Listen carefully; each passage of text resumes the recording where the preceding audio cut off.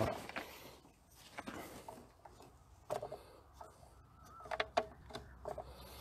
Donc là, pour enlever les clapets, Bastien va vous faire voir comment on fait. Donc on dispose le tournevis en dessous là, et délicatement on appuie à gauche, à droite. Que les clapets sont toujours utiles, hein, si jamais il y a un souci avec les bouchons là.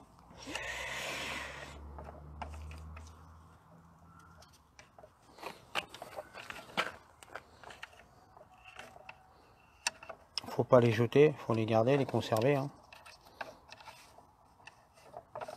Normalement, en tirant dessus avec la main, ça va venir. Dans quel sens est le clapet? S'il est ouvert, il y a peut-être un sens là pour l'extraire. Bon.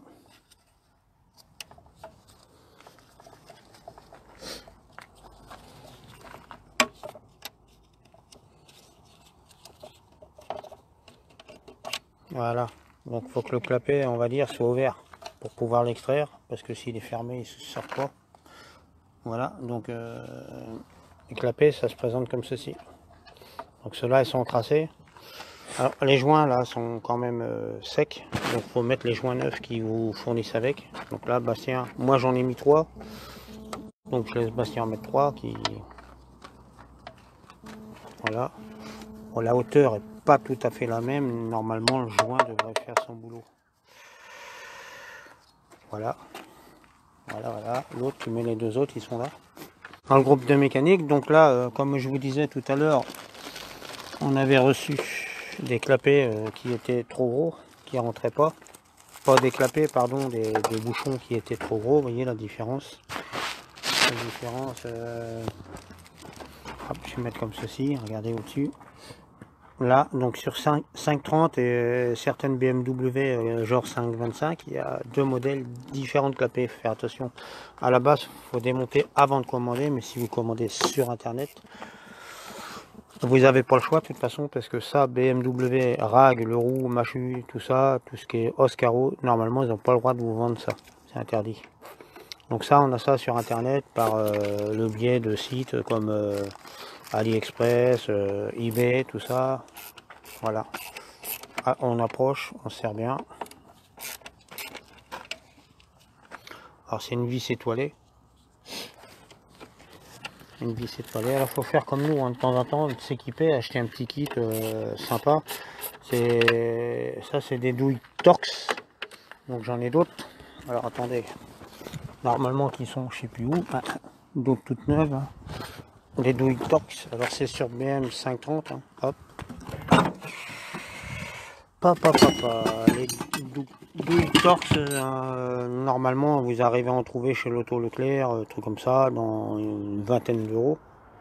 Chez Rodi, il y en a, chez Noroto, tout ça. Après, il faut chercher si on les pris. Vous voyez, les douilles comment elles sont. Donc c'est du Torx, c'est pas des clés étoilées normales. Ne vous inquiétez pas, je vais le ranger plus tard, mon coffre. Sinon, ça ressemble plus à une BM. Voilà, donc Bastien approche les vis. Donc on a démonté la dépression ici, hein, évidemment, pour pas la casser. Après, il faut remettre ça quand même en place pour que l'effet de la dépression se fasse. Si vous l'enlevez et que vous bouchez le tuyau, ça peut peut-être vous mettre une anomalie au tableau de bord. Donc là, il va reconnaître qu'il y est toujours, il bougera tout seul dans le vide. Espérons que ça ne va pas gêner avec les bouchons, on verra bien. Voilà.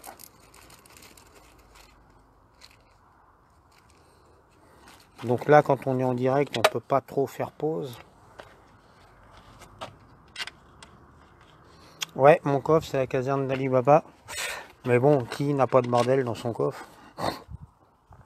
Impérativement, faire attention quand vous déboîtez ça sur BMW, il faut appuyer ici. Hein. Là, et tirer délicatement. C'est la connexion injection. Là, il y en a 6. Donc on la met comme ceci. Ah là, et après on appuie là. Sur le taquet qui est là, vous voyez, ça bouge. Là. Et on déboîte. Alors on y va doucement quand même parce que ça a de l'âge et c'est cuit par la chaleur du moteur, donc faire gaffe. Donc il y a pas mal de personnes dans le groupe quand même, donc ça serait sympathique de temps en temps quand vous avez une bricole Je pense pas que tous ceux qui sont dans le groupe n'y connaissent rien en mécanique, donc n'importe quel sujet de mécanique est bon à voir, hein. Justement, il n'y a pas de souci. Ça prend 30 secondes pour faire une vidéo en direct, il n'y a pas de souci. Et ça peut aider d'autres personnes. Alors ce groupe-là, c'est un groupe sérieux, hein. C'est pas un groupe où on va chercher à vous critiquer comme d'autres. J'étais dans des groupes de voitures, BMW, tout ça, ça se tire dans les fesses, ça critique, ça insulte, je me suis retiré. C'est pas le but du jeu de créer un groupe mécanique et de pas respecter les membres. Donc voilà, ici c'est toute marque, c'est pas que BMW, un petit plus. Partagez de temps en temps le groupe, si ça vous dit, hein. Après, ça reste entre nous, voilà.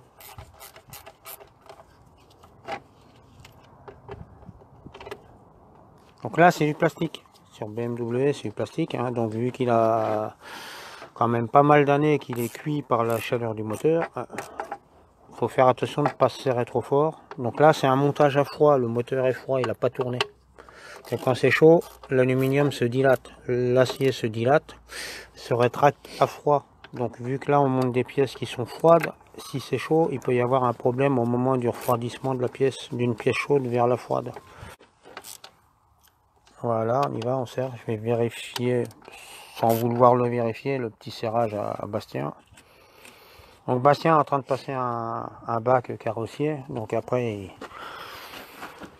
pratiquera quoi? Dis Boboy. La mécanique et la carrosserie en même temps. Voilà, donc c'est son hobby, c'est une de ses passions. Donc là c'est pas trop mal serré, mais ça me fait peur quand même que ça se desserre à la longue.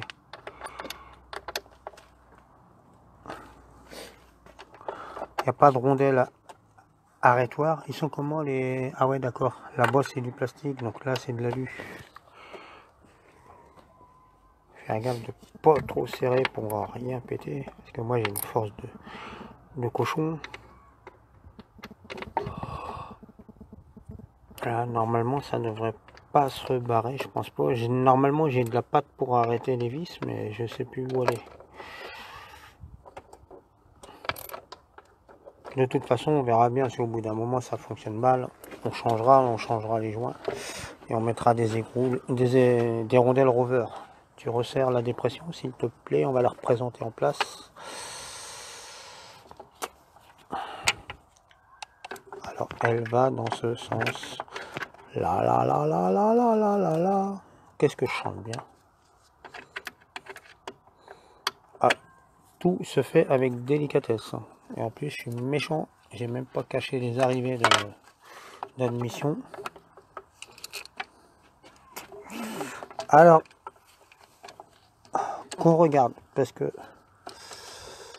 je sais plus comment on a fait. Normalement on a le guide là qui vient là, ici il y a un téton qui est là, hop, et là c'est celui qui vient tac, théoriquement dans la dépression. Donc il y a juste à l'approcher et appuyer fortement avec les mains, voilà, ici. Ah, donc là un petit bémol. Alors attendez, appuie de l'autre côté, je vais appuyer par là, appuie de l'autre côté, voilà. Là, je pense que va peut-être quand même avoir un petit souci, c'est quand la dépression va ouvrir, elle va peut-être frotter dessus, non? Sur les... Ah non, peut-être pas. Non, non, je pense que ça devrait se faire... Non, on verra, on va voir. Ça va être serré là. Donc là, il y a deux vis, donc c'est à serrer en priorité.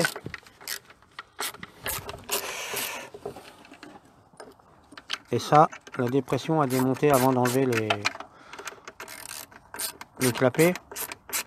Surtout, ne pas forcer si vous n'avez pas enlevé la dépression, parce que ça c'est du plastique, les deux barres, là, l'axe ici et ça c'est du plastique, vous risquez de péter l'un ou l'autre, et si vous pétez la dépression, ça va vous coûter bonbon. Là, voilà.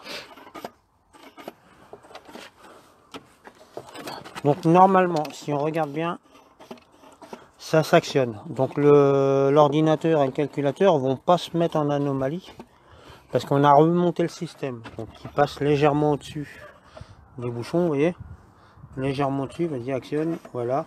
Alors bien rebrancher le tuyau de dépression que j'ai changé l'autre jour. Je vous ai fait voir ici, il y avait une anomalie sur toutes les durites là. Donc bien le rebrancher ici, il est là, voilà, pour que tout refonctionne correctement. Donc il se branche normalement dans le secteur sur la pièce qu'elle a, voilà, ici. Donc bien le rebrancher, qu'il n'y ait pas d'anomalie au tableau de bord.